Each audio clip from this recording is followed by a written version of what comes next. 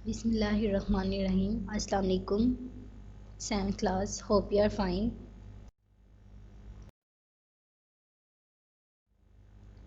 Today we learn ماحولیاتی آلودگی اور اس کی اقسام، یعنی کہ پولیوشن پڑھنا ہے اور اس کی جو ٹائپس ہیں وہ پڑھنا ہے.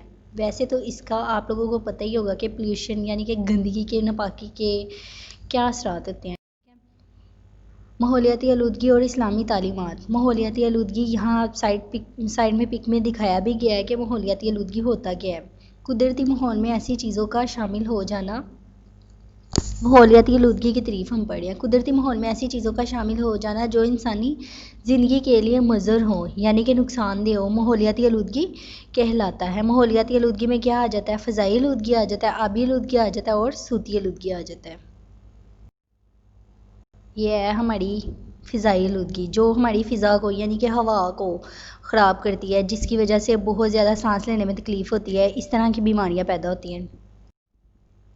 ماحولیاتی آلودگی کی اقسام. فضائی آلودگی میں نے آپ کو پہلے بتایا، آبی آلودگی اور صوتی آلودگی. صوتی آلودگی کا تعلق جو ہے نا بیسکلی سماعت کے ساتھ ہوتا ہے، یعنی کہ سننے کے ساتھ. صوتی آلودگی. نیکسٹ ہے فضائی آلودگی. فضائی آلودگی سے مراد صاف ہوا میں زہریلے اور نقصان دہ مادوں کا شامل ہو جانا فضائی آلودگی کہلاتا ہے.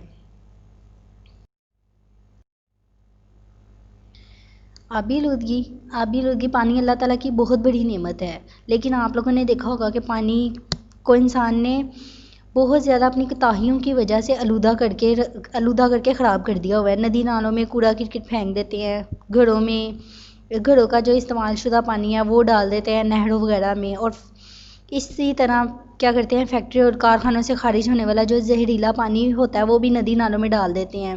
پانی کے ذخائر جو ہوتے ہیں، جو پانی ذخیرہ ہوا ہوتا ہے اس میں کیا ہوتا ہے؟ آلودگی کا سبب بنتا ہے.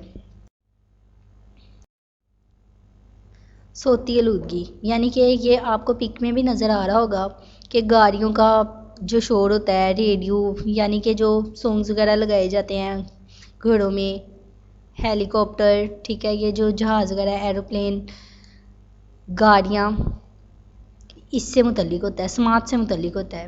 انسانی ذہن پر اس کے بہت زیادہ اثرات ہوتے ہیں. صوتی آلودگی سے مراد قدرتی ماحول میں حد سے زیادہ بلند آوازوں کی موجودگی صوتی آلودگی کہلاتی ہے. ٹھیک ہے،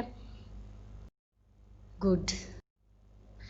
نبی کریم صلی اللہ علیہ وسلم کا ارشاد ہے، نہ نقصان اٹھاؤ اور نہ کسی دوسرے کو نقصان پہنچاؤ.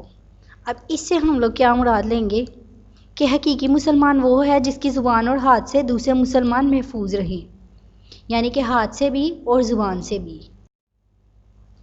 اگر ہم لوگ اس حدیث کو دیکھیں کہ کسی کو نقصان نہ پہنچاؤ اور نہ خود نقصان لو، تو اس میں یہ بھی کاروباری معاملات میں بھی نقصان دیا جاتا ہے. کسی بھی معاملے میں انسان کسی کو نقصان پہنچا سکتا ہے، زبان سے نقصان پہنچا سکتا ہے، یعنی کہ کسی کو کوئی بری بات کہہ دینا یا چوری کر لینا کسی بھی طریقے سے کسی کو نقصان نہیں پہنچانا چاہیے.